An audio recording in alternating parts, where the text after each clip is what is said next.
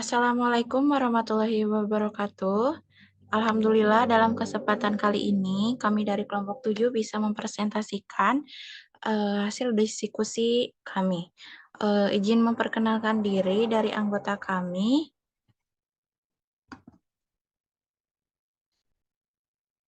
Yang pertama itu ada Cahya Kamila dengan NIM 31121028. Dan yang kedua ada Gilang Permana 31121041. Ketiga ada saya sendiri Dina Nurhayati Family dengan NIM 31121048. Dan yang keempat ada Intan Puji Sri Rahayu 31121050. Dan yang terakhir ada Jaskia Widiantari dengan NIM 31121051. Untuk mengefektifkan langsung waktu, langsung saja ke materi. Baik, izinkan saya untuk memaparkan materi yang pertama. Di sini saya akan menjelaskan mengenai koefisien fenol. Koefisien fenol adalah perbandingan ukuran keampuhan suatu bahan antimikroba dibandingkan dengan fenol sebagai standar. Fenol juga dijadikan pembanding karena fenol sering digunakan untuk membunuh mikroorganisme.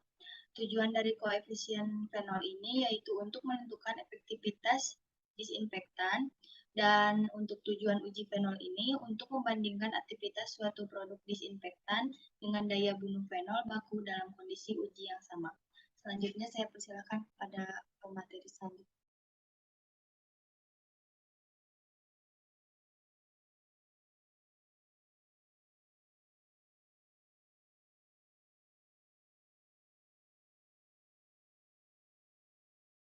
Baik, di sini saya akan menjelaskan. Baik, di sini saya akan menjelaskan mengenai rumus koefisien fenol, di mana di sini itu terdapat rumus untuk menghitung koefisien fenol. Nah, rumusnya yaitu adalah A dibagi B, kemudian ditambah dengan C dibagi D, kemudian dibagi dengan 2. Di mana A sendiri merupakan konsentrasi fenol tercepat membunuh, kemudian B merupakan konsentrasi disinfektan tercepat membunuh, dan juga C merupakan konsentrasi fenol terlama membunuh, dan D merupakan konsentrasi disinfektan terlama membunuh. Untuk slide selanjutnya, di sini terdapat contoh soal dari koefisien fenol, di mana di sini terdapat ada hasil dari uji fenol dan juga ada uji dari disinfektan suatu sampel, di mana di sini kalau misalnya min itu menunjukkan bahwa adanya pertumbuhan bakteri, tidak adanya pertumbuhan bakteri atau bakteri itu terbunuh. Nah, sedangkan kalau misalnya simbolnya itu plus, itu berarti adanya pertumbuhan bakteri. Nah, kalau misalnya ada pertumbuhan bakteri itu si sampelnya itu atau medianya itu bakal keruh. Sedangkan kalau misalnya nggak ada pertumbuhan bakteri, si medianya itu bakal bening. Terus selanjutnya.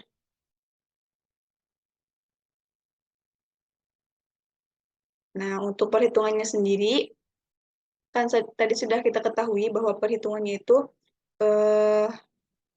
kita mencari dulu mana konsentrasi tercepat membunuh di fenol dan juga mana konsentrasi tercepat membunuh di disinfektan. Nah, pada tabel contoh yang selanjutnya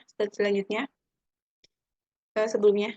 Nah, di sini kita bisa lihat mana konsentrasi tercepat membunuh fenol dan juga disinfektan, di mana konsentrasi tercepat membunuhnya itu ada pada konsentrasi 1/20. Hal ini karena kita lihat bahwa pada konsentrasi tersebut tidak ada pertumbuhan sama sekali bakteri. Jadi semua bakteri pada konsentrasi tersebut itu mati, sehingga yang kita gunakan untuk menghitung pada perhitungan koefisien fenol ini tuh untuk konsentrasi tercepat membunuhnya itu adalah konsentrasi 1/20. Juga menggunakan konsentrasi yang sama karena pada disinfektan sendiri hasilnya juga sama, di mana konsentrasi tercepat membunuhnya itu ada pada konsentrasi 1/20. Nah, sedangkan untuk C sama D ini itu kan kita mencari konsentrasi terlama membunuh fenol sama disinfektan. Nah, kalau untuk konsentrasi terlama membunuhnya sendiri itu, kita mencarinya itu dengan cara kita lihat pada tabel mana konsentrasi yang paling lama membunuh atau mana yang paling banyak simbol plusnya. Nah, kan kita lihat di sini kalau misalnya yang peno ada yang paling banyak plusnya itu sebenarnya itu 1/70. Akan tetapi yang paling cepat paling lambat membunuh hal ini konsentrasi 1/60, sedangkan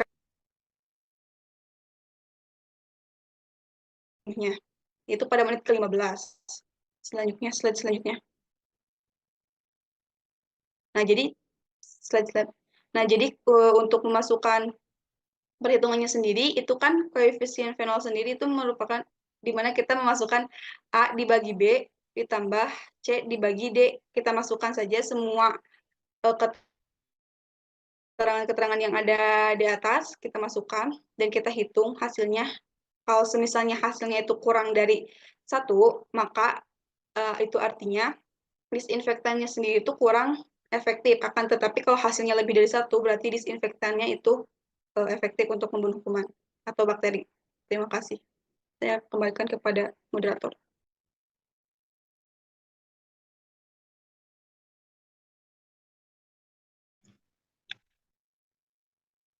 Baik, selanjutnya untuk slide selanjutnya.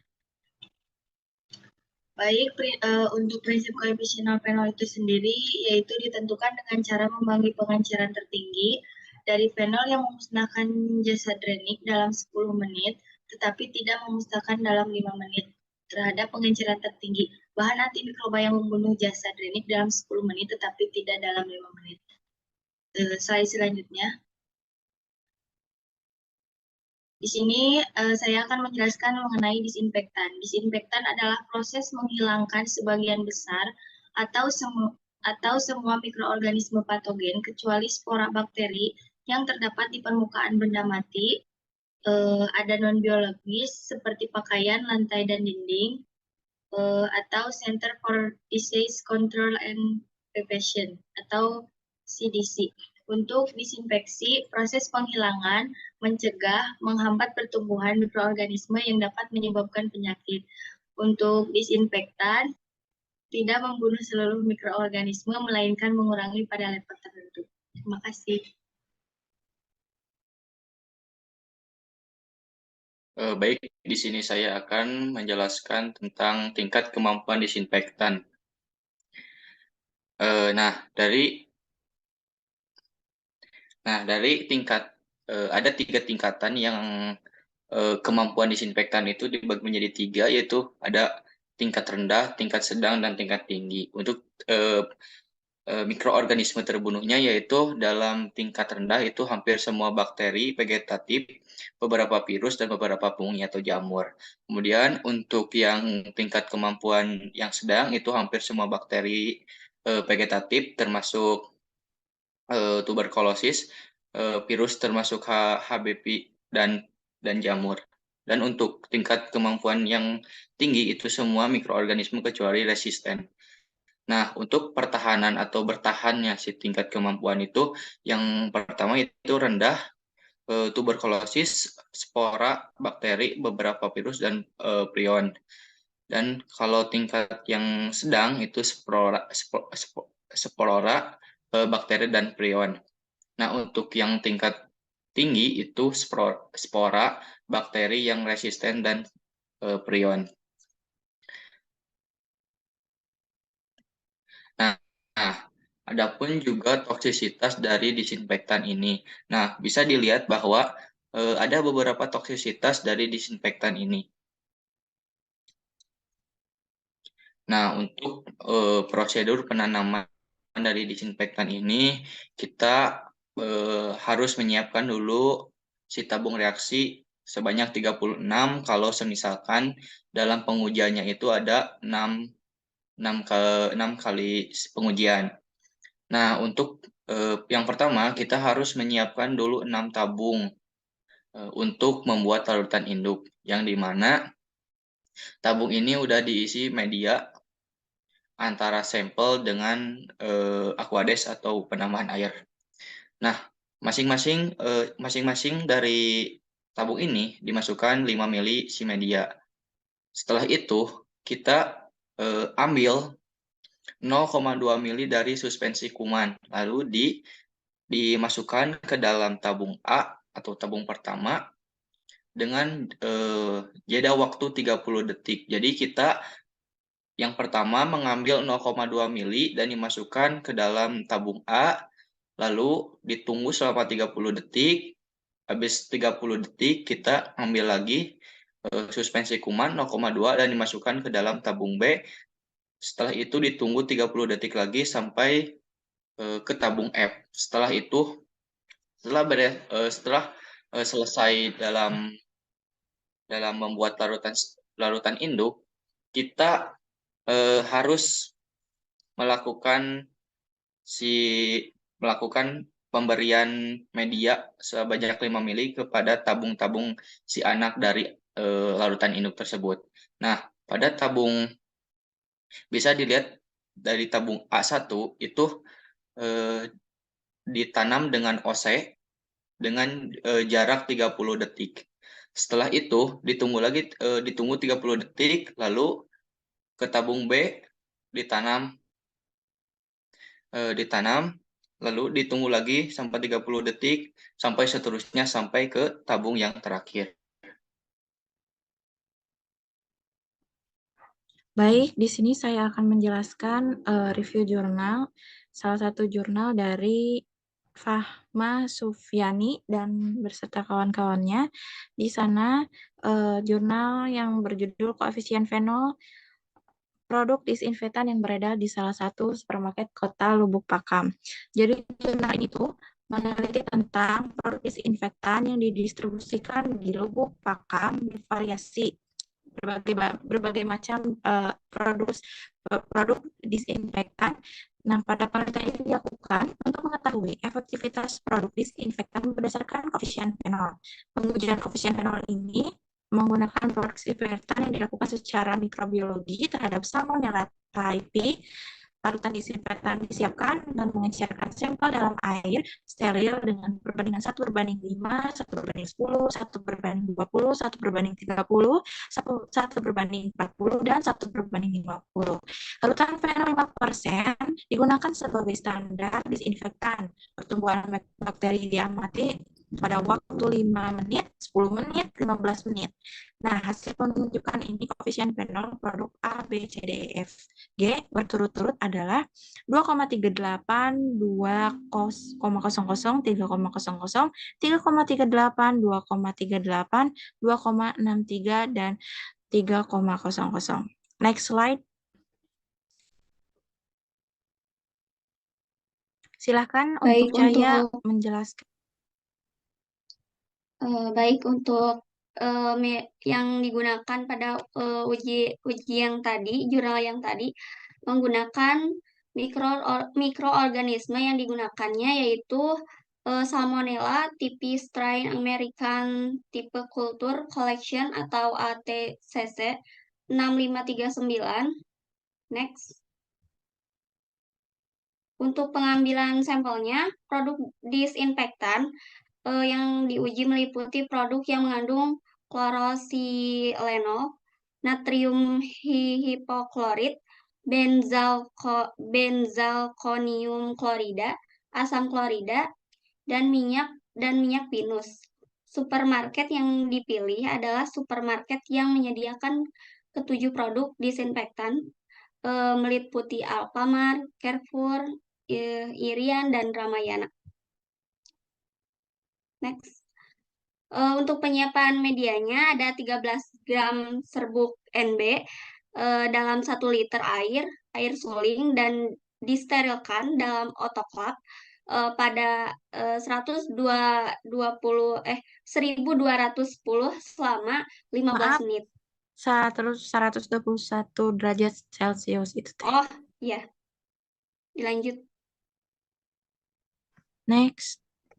Untuk pembuatan larutan fenolnya, sebanyak 5 gram fenol baku 99,99% dilarutkan dalam air suling steril, lalu kemudian dicukupkan hingga 100 ml untuk memperoleh fenol 5%. Larutannya, fenol 5% tersebut diencerkan dengan air suling yang sudah steril.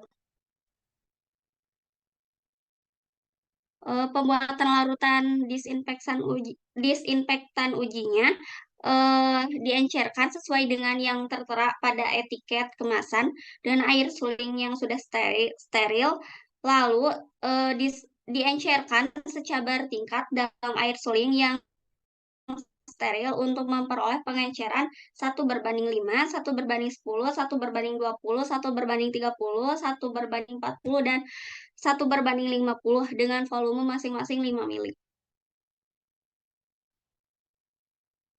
Baik, untuk penetapan koefisien fenol ini, penempatan koefisien fenol produk disinfektan dilakukan menurut prosedur Singleton pada tahun 2000. Disiapkan rak tabung reaksi sesuai ukuran tabung kapasitas 28 dalam 4 deretan. Satu rak tabung digunakan untuk satu sampel. Deretan pertama terdiri dari belangko dan sampel dengan pengenceran 1:5, 1:10, 1:20, 1:30, 1:40, dan 1:50. Dan kedua, ketiga, dan keempat untuk tabung berisi media NB masing-masing untuk pengamatan waktu kontak 5 menit, 10 menit, dan 15 menit. Ke dalam tiap tabung pengenceran sampel dimasukkan 0,1 ml suspensi bakteri untuk uji yang telah dicocokkan homogen. Waktu memasukkan bakteri uji pada tabung pengenceran pertama dicatat sebagai 0 detik. Baik, slide selanjutnya.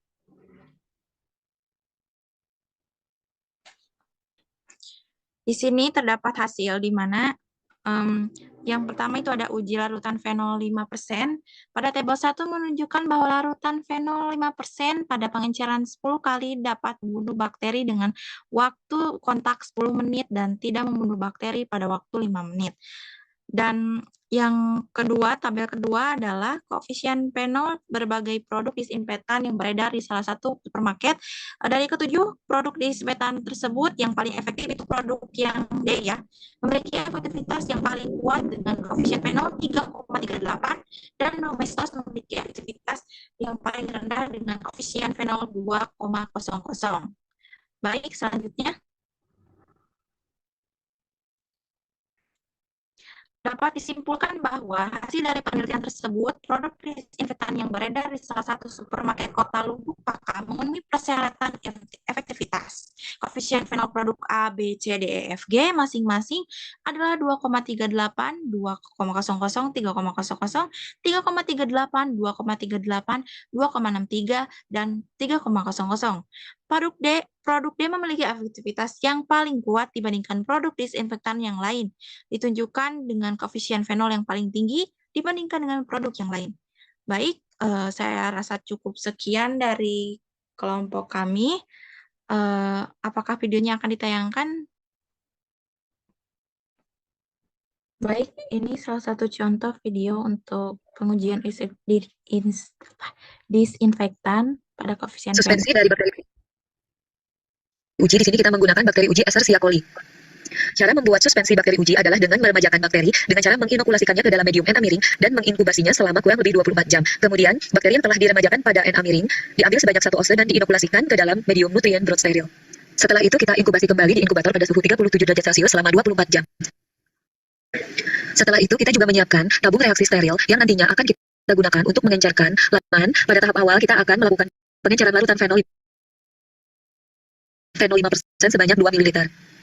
Kemudian, kita akan tambahkan pada tabung reaksi yang pertama, aquade sebanyak 3 mili, kemudian tabung reaksi yang kedua sebanyak 4 mili, selanjutnya untuk tabung reaksi yang ke-6 sebanyak 8 mili, di mana nantinya volume total dari semua tabung berbeda-beda. Untuk tabung nomor pertama, volume kita menginginkan dari masing-masing kurangi 1 mili sebelum kita pipet.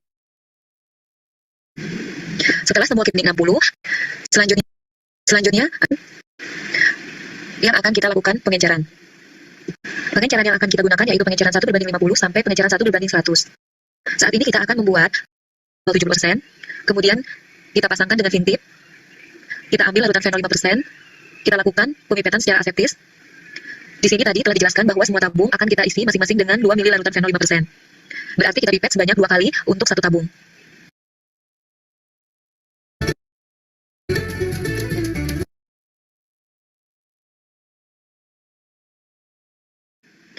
Nah, jadinya seperti ini teman-teman. Semua tabung reaksi sekarang sudah terisi dengan masing-masing larutan fenol sebanyak 2 mili. Tahap selanjutnya kita akan menambahkan aquades pada masing-masing tabung reaksi. Harus diingat, volume aquades yang ditambahkan pada masing-masing tabung berbeda. Aquades sebanyak 8 aquades steril. Setelah homogen, dapat kita lihat volume dari masing-masing tabung reaksi berbeda. Tertinggal 5 ml larutan dengan berbagai tabung yang pertama, karena volume akhirnya sudah 5 ml, maka tidak akan kita kurangi. Untuk tabung yang kedua, kita akan kurangi sebanyak 1 ml, kemudian selanjutnya 2 ml, sampai terakhir 5 ml.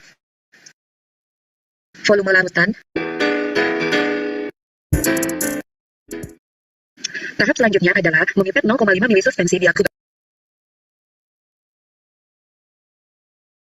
Jangan lupa untuk melakukan setting pada mikropipet. Di sini kita melakukan setting 500 mikroliter sama dengan 0,5 ml. Sekarang kita akan memulai untuk memipet suspensi dari bakteri. Kita lakukan secara aseptis, kita buka tabung reaksi, kemudian mulut tabung kita lakukan di atas api bunsen, kemudian kita pipet sebanyak 0,5 ml, kita pindahkan ke tabung pada pengenceran yang pertama yaitu 1:50. Kemudian kita ambil lagi suspensi sebanyak 0,5 ml, kemudian kita pindahkan ke tabung selanjutnya. Kita lakukan terus sampai pengenceran 1:100.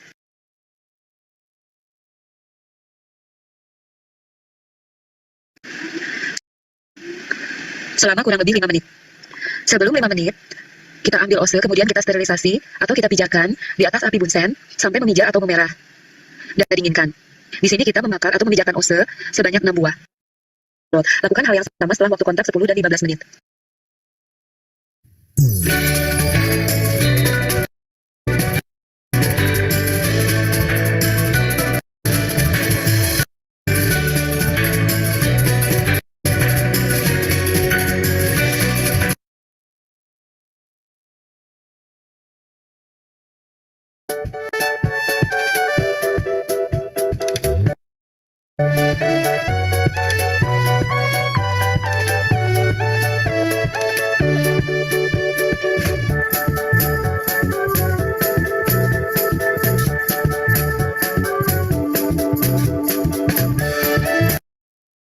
Udah eta.